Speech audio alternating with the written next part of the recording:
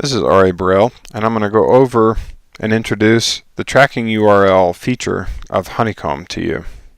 This tracking URL feature will help generate tracking URLs for social media, Google Analytics, and Honeycomb performance measurement. The first thing I'll need to do is isolate and identify a specific media placement that I want to generate the tracking URL for. Media placements are found under the Advertising and Media app in the upper right hand corner. So I'd find the Media Placements tab, and I'm going to pick on this media placement, this sample media placement. Media placements for digital should almost always have a tracking URL. More than likely, your traditional advertising will not have a tracking URL. So this button should handle most of your requests for digital. There may be instances where you need some additional information before you can properly generate a tracking URL. Once I find the media placement, I'll click on Generate Tracking URL. It'll take me to this page where it has carried over most of the information from the media placement detail page. And I'm going to go over each one of these in more detail so you can understand the different elements of a tracking URL. The first thing is a landing page. That's the page where this link is going to land. In this case, I've got our home page. It may not be our home page. It could be an interior page, and I would denote that by adding that URL here. Please note that I don't need the HTTP.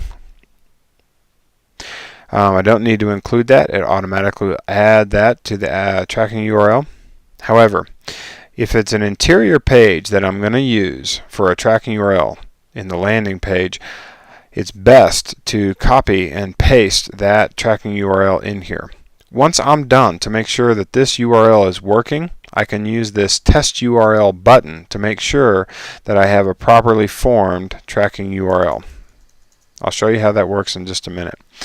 That's what the landing page field is for. This is where that person's going to land. This is the content that I want to show them. So if it's a sweepstakes sign up and that person has been promised a sweepstakes, I probably want to have the URL here for the sweepstakes. The next field is the medium.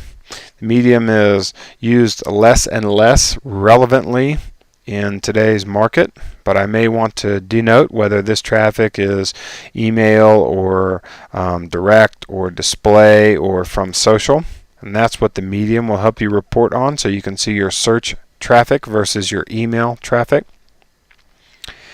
It's also pulled over my campaigns. Now this media placement was associated with that campaign called Visitor Guides, but I could also have other campaigns that I could change to and have this tracking URL start generating traffic for. The next input box is the source. The source was also the media tracking name for this media placement. So this media tracking name right here has to be unique to this media placement. And when I generate the tracking URL, that guy is what comes over. That is what associates all of the behavior, all of the follow-up, all the conversion, all the traffic with that media placement, and allows me to isolate performance for that media placement alone. So it's an important field, and as you can see, these first four fields are all required. So I have to have some place to land, I have to have a medium, and I have to have a campaign that I'm going to associate this with, and I have to have a media placement. The content field is completely up to you. The content field is where we might show one message versus another. So if I wanted to have an offer, a 10% offer and a third night free offer, I could change that content field to show third night free,